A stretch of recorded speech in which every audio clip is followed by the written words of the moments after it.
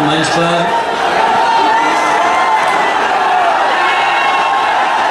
शिक्षक सभा के राष्ट्रीय अध्यक्ष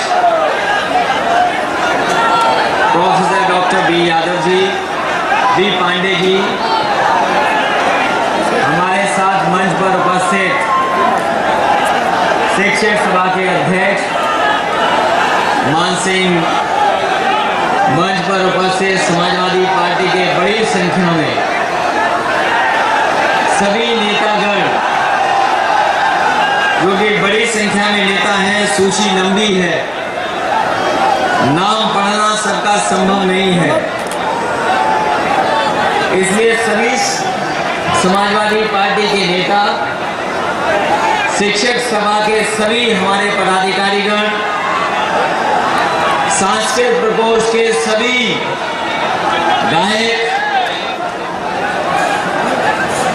इस शिक्षक सभा के कार्यक्रम में उपस्थित बड़ी संख्या में हमारे आदरणीय शिक्षकगण, बड़ी संख्या में नौजवान साथी, माताएं बहनें, पत्रकार बंधुओं, मैं सबसे पहले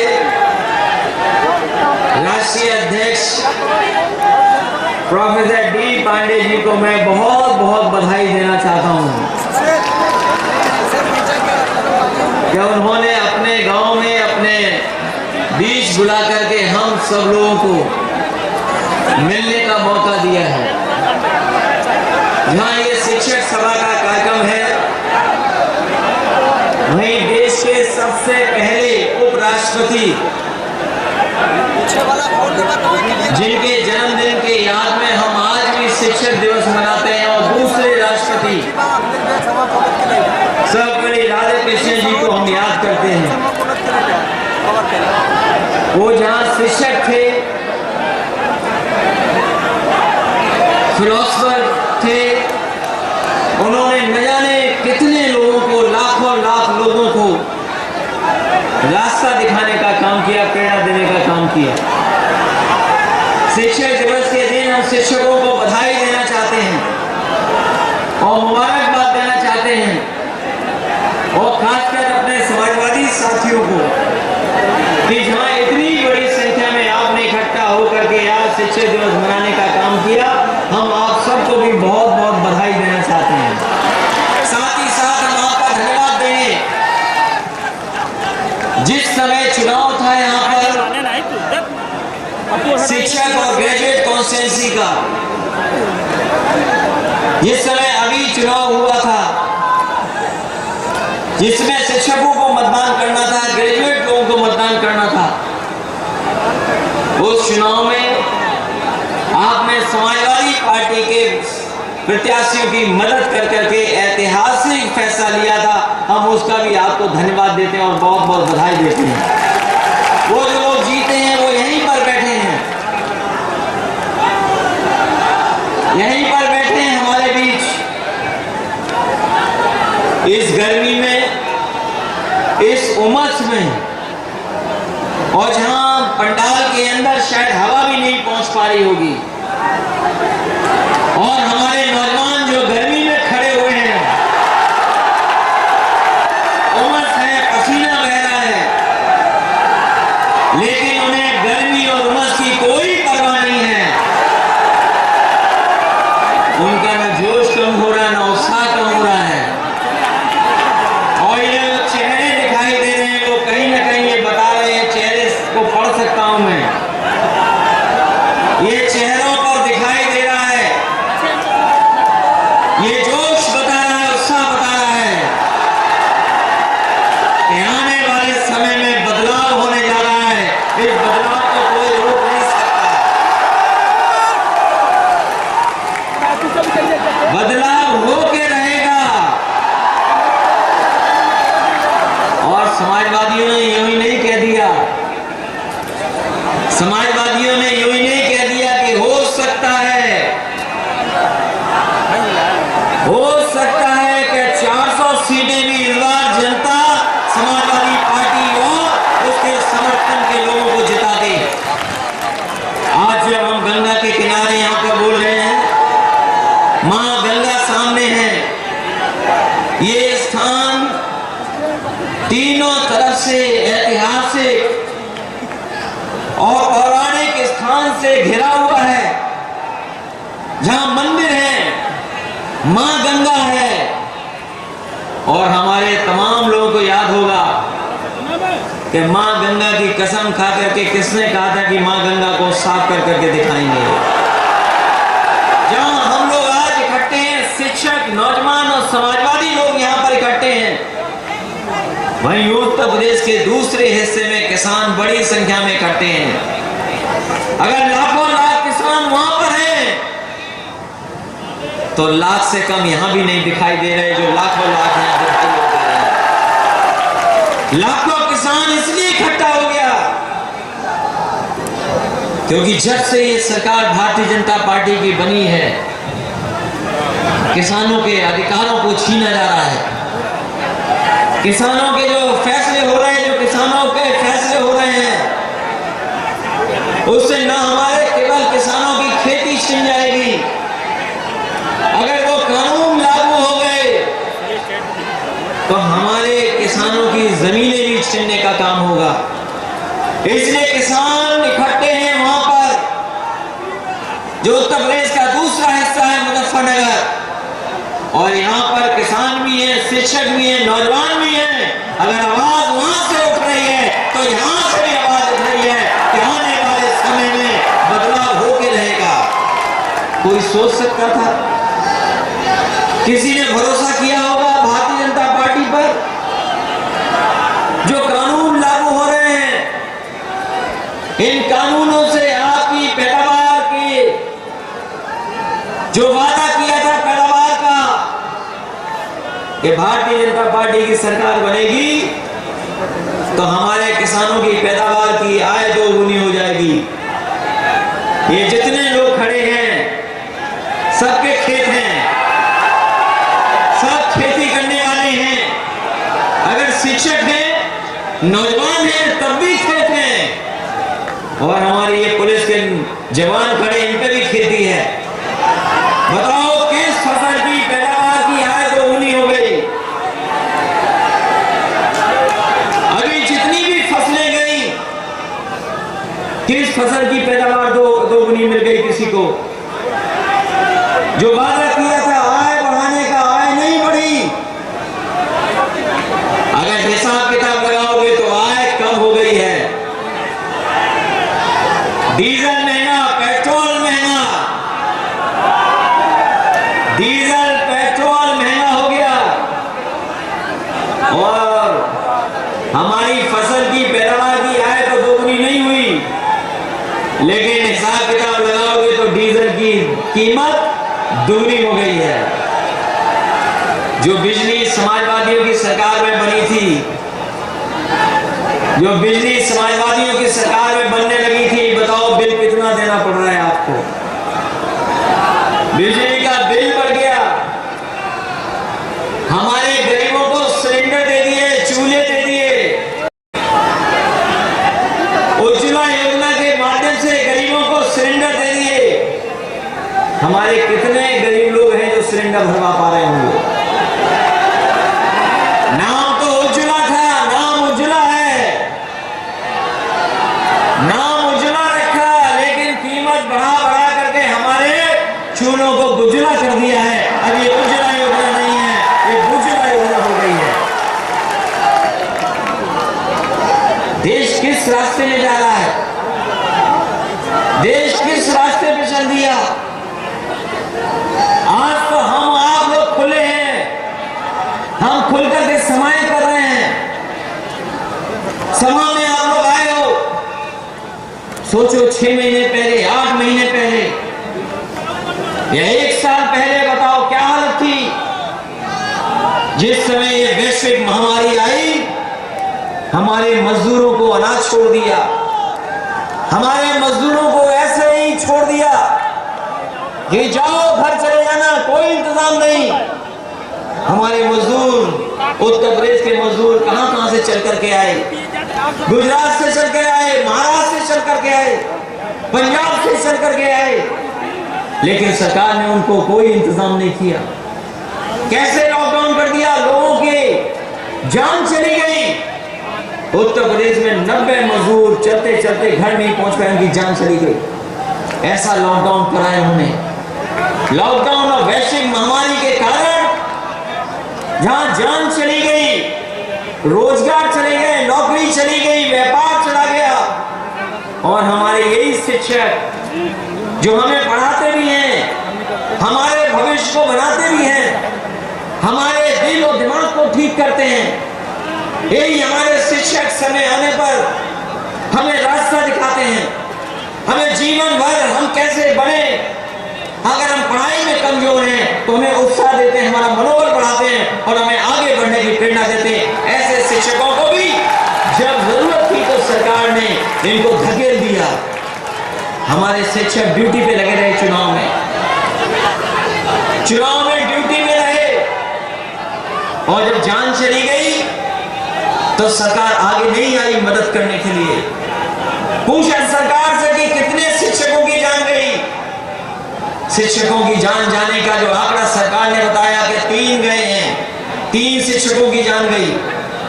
लेकिन जब शिक्षक संघ के लोगों ने जानकारी दी तो बताया 1600 के लगभग हमारे शिक्षकों की जान चली गई। कोई मदद सरकार ने नहीं की, कोई मदद सरकार ने नहीं की। 1600 के लगभग हमारे शिक्षकों की जान चली गई।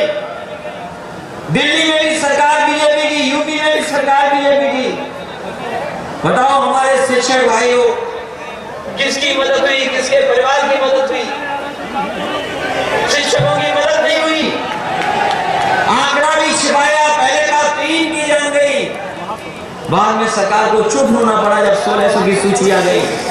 यही हमारे शिक्षा मित्र के लोग, हमारे शिक्षा मित्र वाले जानते होंगे, ये शिक्षा मित्र वाले साथी जिस समय समाजवादी सरकार थी, हम लोगों ने सम्मान देकर के इनको समायोजित करने का काम किया था। हमारे शिक्षा मित्र जानते होंगे, उनको अगर किसी ने सम्मान दिया था सरकार में तो समाजवादी लोगों ने उन्हें सम्मान देने का काम किया, लेकिन उनका सब कुछ छीन गया। उनका घोषणा पत्र उठाइए, बीजेपी के लोगों का घोषणा पत्र, कहा कि हम शिक्षा मित्रों को सम्मान देंगे, उनको समायोजित कर देंगे। लेकिन जैसे ही सरकार बनी, शिक्षा मित्रों को भी धोखा देने का काम अगर किसी ने किया है तो भारतीय जनता पार्टी के लोगों ने किया है। आज शिक्षक खड़े हैं सड़क पर, मानदेय देने का काम शुरू हो गया था। अभी कुछ लोगों ने काम है यहाँ पर, वेतनहीन वालों के लिए रास्ता निकाला था समाजवादियों ने। वेतनहीन वालों की भी मदद सरकार नहीं कर पा रही है। ये पुरानी पेंशन किसने छीनी? बीजेपी ने छीनी। ये शिक्षा मित्र किसने बनाए थे? बीजेपी ने बनाए थे, और बाद में उनकी जान भी ले ली और उनको नौकरी से भी बाहर करने का काम किया। इतना शिक्षक और नौजवान पे कभी लाठी नहीं पड़ी होगी जितना भारतीय जनता पार्टी की सरकार में उन्हें अपमानित होना पड़ रहा है। जो अधिकार हमें संविधान ने दिए हैं, जो अधिकार हमें संविधान ने दिए, उन अधिकारों को भी छीना जा रहा है। हम आपसे जानना चाहते हैं, ये बीजेपी के लोगों ने कहा कि हम तो राष्ट्र प्रेम है हमारे अंदर, राष्ट्र के लिए जीते मरते हैं। बताओ ये कहा कहते हैं कि नहीं कहते हैं? भारतीय जनता पार्टी के लोग कहते हैं कि राष्ट्र हमारे लिए बहुत बड़ा है, लेकिन हम उन्हीं से जानना चाहते हैं, बताओ राष्ट्र की संपत्ति कौन बेच रहा है?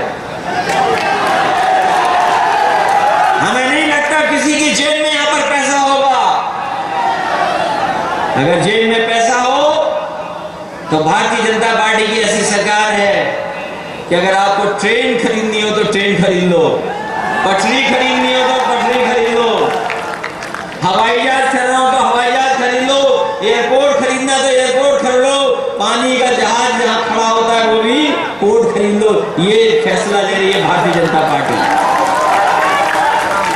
सोचो, हमारे भारत की संपत्ति बेच रहे हैं। बताओ, बिकने लगा कि नहीं बिकने लगा? और इनका बस चला तो हो सकता है गंगा में पानी का जहाज चलने वाला भी ये बेच दें किसी न किसी प्राइवेट आदमी को देने के। जाओ चलाओ जाके। सोचो हमारे निषाद बिल समाज का क्या होगा, जो नावक है उनका क्या होगा, नाव चलाने वालों का क्या होगा। और जब ये बीमारी आई दोबारा, आज तो हम कोई मास्क नहीं लगाए। मैं जब हेलीकॉप्टर से उतरा तो मैं मास्क लगाए हुए था। हमें भी कानून का पालन करना था। लेकिन जैसे ही सभा में आया तो मुझे लगा कि यहां पर तो है ही नहीं, पता ही नहीं लगी बीमारी कहां चली गई है। लेकिन पता नहीं कब लौट आए, ये भी सावधान रहना। जैसे जैसे चुनाव आएगा हो सकता है करीब आ जाए बीमारी। और देखिए, भारत वैश्विक महामारी के कारण, इस वैश्विक महामारी के कारण हमने, आपने, सबने पालन किया, ईमानदारी से पालन किया हमने, आपने, सबने। अगर सरकार का प्रोटोकॉल ये था कि अगर मेडिकल का ये प्रोटोकॉल था कि हमें नाक और मुंह बंद करके रहना है, तो हमने कैसे भी, और हमने आपने मिलकर के जैसे भी बंद करके रखा हो, कभी अमोछे से, कभी कपड़े से, कभी मास्क से, हम लोगों ने अपनी नाक और मुंह बंद करके रखा, हम लोगों ने पालन किया। लेकिन सोचो, कभी यहां पर शिक्षक बैठे हैं, नौजवान नौकरी रोजगार मांग रहा है, किसान वहां अपनी पैदावार की आय मांग रहा। ये भारतीय जनता पार्टी के लोगों ने पता नहीं कौन सी बीमारी हो गई इनमें, जिन्होंने आंख और कान बंद कर रखे हैं। वैश्विक महामारी से तो हमारे नाक और मुंह बंद था, लेकिन आंखें और कान क्यों बंद है कोई पता नहीं है, कोई पता नहीं क्यों बंद है। और जब सबसे ज्यादा जरूरत थी सरकार की, जब सबसे ज्यादा सरकार मदद कर सकती थी गरीबों की, इन्होंने मुंह फेर लिया जनता की तरफ से, गरीबों से मुंह फेर लिया और गरीबों को अपने हाथ पे छोड़ दिया। जैसे मजदूरों को अपने हाथ पे छोड़ दिया था, वैसे गरीबों को अपने हाथ पे छोड़ दिया। न दवाई का इंतजाम किया, न अस्पताल का इंतजाम किया, और न ही ऑक्सीजन का इंतजाम कर पाए। गरीब भागते रहे, लोग जिनके परिवार में लोगों को बीमारी हुई वो भागते रहे। न जाने कैसे इंतजाम किया होगा दवाई का, अस्पताल का और ऑक्सीजन का। कुछ लोगों को ऑक्सीजन नहीं मिली, जिसके कारण बड़ी संख्या में लोगों की जान चली गई। यही मां गंगा, ये मां गंगा बहती बहती बिहार चली गई। और सोचो कितनी लाशें मिली यहां पर, लाशें मिली। यही इलाहाबाद, प्रयागराज से लेकर के बनारस और आगे तक बक्सर तक लाशें मिली। उन्नाव में भी लाशें बह रही थी। जब इन बीजेपी के लोगों से पूछा कि लाशें कहां से आ रही हैं, तो सोचिए बीजेपी के लोगों ने जवाब दिया कि ये लाशें बिहार से आ रही हैं, ये यूपी की लाशें नहीं है। बताओ कौन मानेगा इसकी बातें? गंगा यूपी से बिहार जाती है, पानी का बहना यहां से वहां है। बिहार से लाशें कैसे यूपी में आ जाएंगी? और सोचिए मां गंगा ने सब लाशें वापस कर दी। अगर कोई अपमानित हुए तो हम और आप लोग अपमानित हो गए। इसलिए आज भदोही के जनता से हम आपसे, जहां मिल रहे हैं, चुनाव शुरू हो गया है, चुनाव में समय नहीं है, चुनाव में समय नहीं है। और ये चुनाव जो होने जा रहा है, ये देश का सबसे बड़ा चुनाव होने जा रहा है। ये देश का सबसे बड़ा चुनाव होगा, क्योंकि बदलाव यहीं से आना है। और अगर बंगाल की जनता इन्हें खदेड़ सकती है, अगर बंगाल की जनता ने इन्हें खदेड़ा है, तो बताओ यूपी की जनता इन लोगों ने इतना झूठ बोला। बताओ इनका घोषणा पत्र कहां है, इनका संकल्प पत्र?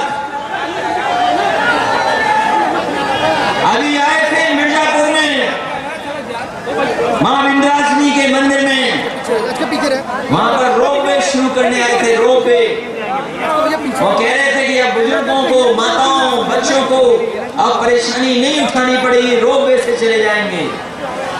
और ऐसे प्रचार कर रहे थे जैसे भारतीय जनता पार्टी ने रोपवे दी हो।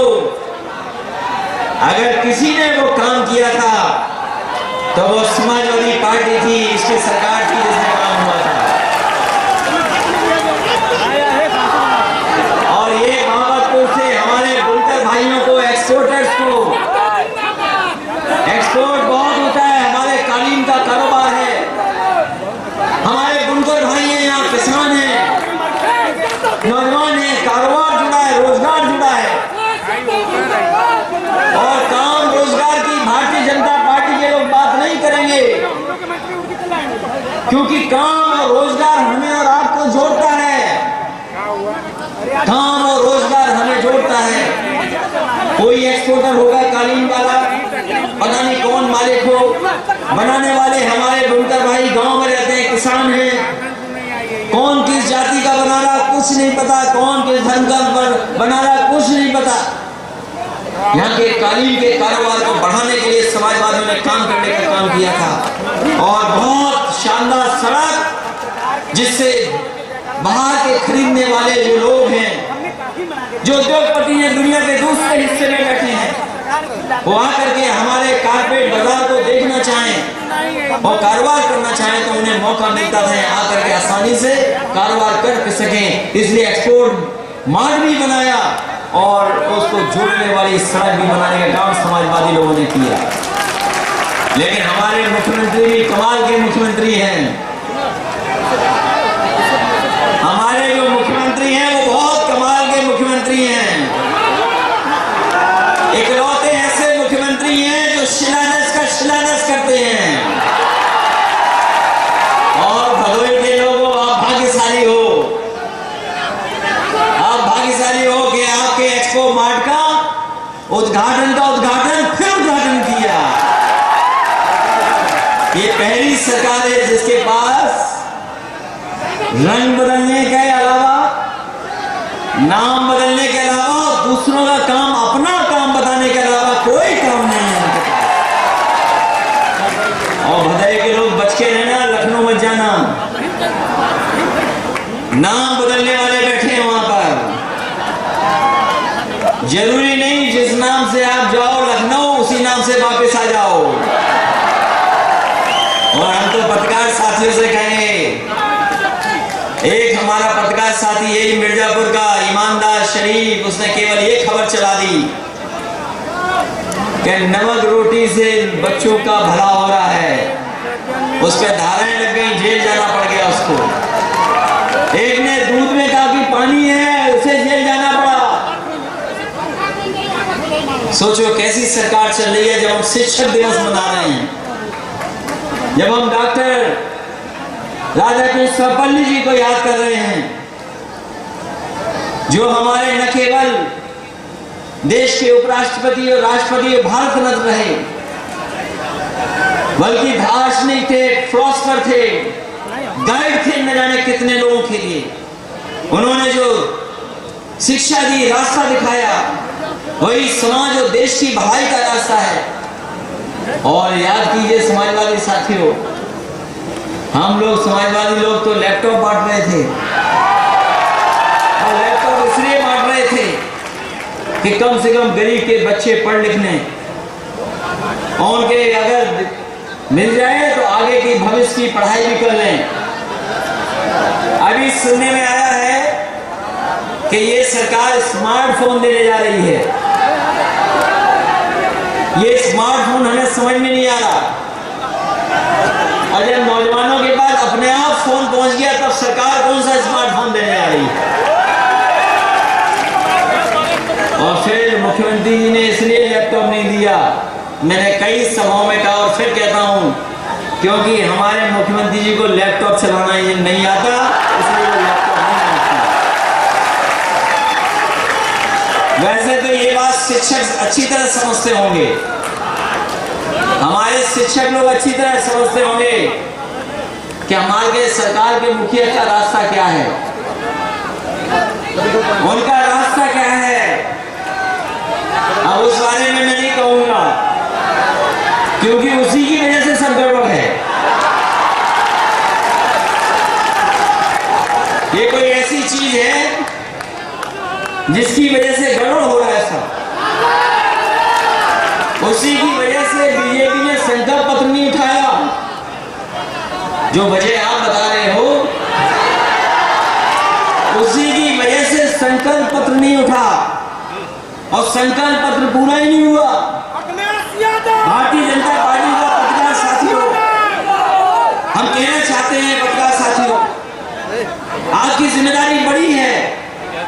जितनी बड़ी जिम्मेदारी हमारे नौजवान शिक्षकों की, किसानों, बुनकर भाइयों की है, उससे ज्यादा बड़ी जिम्मेदारी आपकी है। इनको उठाइए संकल्प पर, पहला पन्ना खोलिए। पहले पन्ने पे लिखा है कि किसान की हम पैदावार की आय दोगुनी कर देंगे। बताओ किसान भाइयों, इनसे कब आय मांगोगे दुगनी? जो आय नहीं दे सके दुगनी, नौकरी नहीं दे सके, रोजगार नहीं दे सके, अच्छी शिक्षा नहीं दे सके, और स्वास्थ्य सेवाएं कैसी चरमरा गई हैं।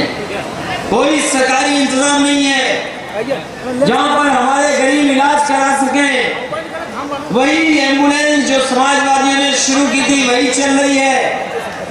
ये एम्बुलेंस नहीं ठीक कर पाए। ये जो 102, 108 एम्बुलेंस है, ये समाजवादियों की देन है, ये भारतीय जनता पार्टी ने नहीं चलाई। कोरोना के समय पर अगर किसी ने सबसे ज्यादा मदद की तो यही हमारे एम्बुलेंस चलाने वाले नौजवान और 102, 108 एम्बुलेंस ने मदद की। ये पुलिस के लोगों के लिए इंतजाम किया था।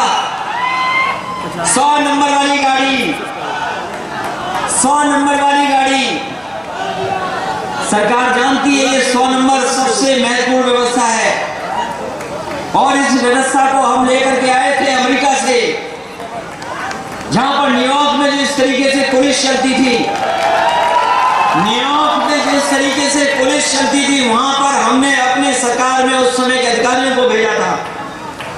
और अधिकारियों को इसलिए भेजा कि वो देख करके आए कि व्यवस्था कैसे चलाई जा रही है अमेरिका में। वो देख करके आए, समझ करके आए। उसके बाद समाजवादी लोगों ने उत्तर प्रदेश में लागू की, 100 नंबर व्यवस्था लागू हो गई। और 100 नंबर इसलिए लागू हुई थी जिससे हमारे गरीबों को थाने न जाना पड़े, पुलिस आए उनके गांव में, उनके कस्बे में, मोहल्ले में मदद करने पहुंच जाए। लेकिन पता नहीं हमारे बाबा मुख्यमंत्री को क्या हो गया, 100 का 112 कर दिया और पुलिस को भी खराब कर दिया। पता नहीं पुलिस को क्या हो गया है, जो 100 नंबर था 112 कर दिया और पुलिस को भी खराब कर दिया। इतनी ईमानदार पुलिस को गड़बड़ कर दिया है इन्होंने। इसलिए हम कहना चाहते हैं कि ये सड़कें बनना, पुल बनना, ये जो पुल बने हैं गंगा पर, जो मिर्जापुर को जोड़ते हैं, 2 पुल, अगर किसी ने दिए थे तो नेताजी ने दिए थे। ये बीजेपी के पुल नहीं है, बीजेपी ने तो केवल उद्घाटन कर दिया उसका, उद्घाटन किया केवल। इसलिए अगर गंगा पे पुल भी बनाना पड़ेगा तो समाजवादी लोग आने वाले समय में सरकार बनने जा रही है, पुल भी बनेगा। और हमारे किसानों को, बुनकरों को बिजली की व्यवस्था में अगर मदद करनी पड़ेगी, क्योंकि हमारे किसान गरीब को बिजली का बिल ज्यादा देना पड़ रहा है। हमारे मुख्यमंत्री ऐसे हैं, प्लांट एक भी नहीं लगवाया, बिजली का प्लांट भी नहीं लगवाया और कभी प्लांट के बारे में बोला भी नहीं। आज तक किसी ने सुना उनके मुंह से कि उत्तर प्रदेश में कोयले से बनने वाली बिजली के कितने कारखाने लगे हैं? आज तक किसी ने नहीं सुना होगा, ना सुना होगा, ना हमारे बाबा मुख्यमंत्री जी कह सकते हैं उसको। अगर किसी ने सबसे ज्यादा बिजली के कारखाने लगाए उत्तर प्रदेश में तो समाजवादी पार्टी की सरकार में लगने का काम हुआ। और बिजली इतनी लगाई कि आने वाले समय के लिए भी पर्याप्त हो जाए, लेकिन उन प्लांटों को बनने नहीं दिया सरकार ने। मुझे अच्छी तरह याद है, बीजेपी के एक विधायक धरने पे बैठ गए थे बनारस में भूख हड़ताल पे बैठ गए थे। बीजेपी के एक विधायक सबसे बुजुर्ग, जिनकी टिकट कट गई, टिकट नहीं मिली उन्हें उसके बाद, वो धरने पर बैठे थे कि प्रधानमंत्री का क्षेत्र है, यहाँ पर बिजली होनी चाहिए। 24 घंटे बिजली। कई दिनों पर जब हड़ताल पे बैठे रहे, भूख हड़ताल पे बैठे थे, मैंने बुलाया, मैंने समझा उनसे, और जब उन्होंने कहा कि प्रधानमंत्री जी के क्षेत्र में 24 घंटे बिजली कर दो, हमने कहा हाँ, समाजवादी सरकारें भेदभाव नहीं करेगी, 24 घंटे बिजली कर देंगे, लेकिन आप भी उत्तर प्रदेश के बिजली का कोटा बढ़ाने का काम करो। समाजवादियों ने तो बिजली दे दी 24 घंटे उस समय पर, लेकिन आज भी उत्तर प्रदेश का बिजली का कोटा नहीं बढ़ा।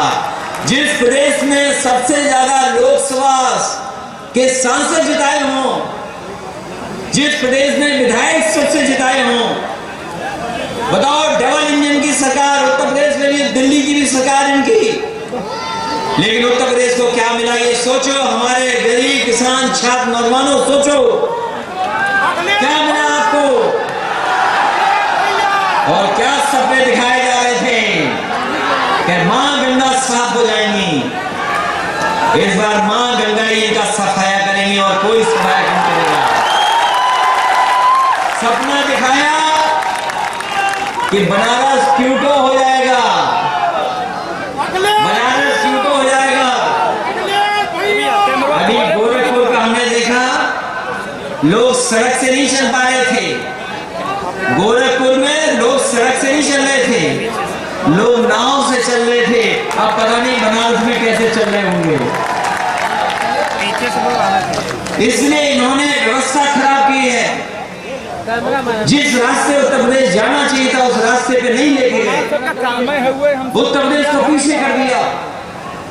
आज जो हमारे संसाधन हैं सब छीने जा रहे हैं। जितनी भी सार्वजनिक चीजें थी उनको सबको बेचा जा रहा है, और जब चीजें बिक जाएंगी तो बताओ हमारा आपका भविष्य क्या होगा? बेकार हो जाएगा। इसलिए भविष्य की चिंता करिए। मैं आज वो चिट्ठी नहीं पढ़ रहा हूं, लेकिन अपने साथ चिट्ठी लाया था एक।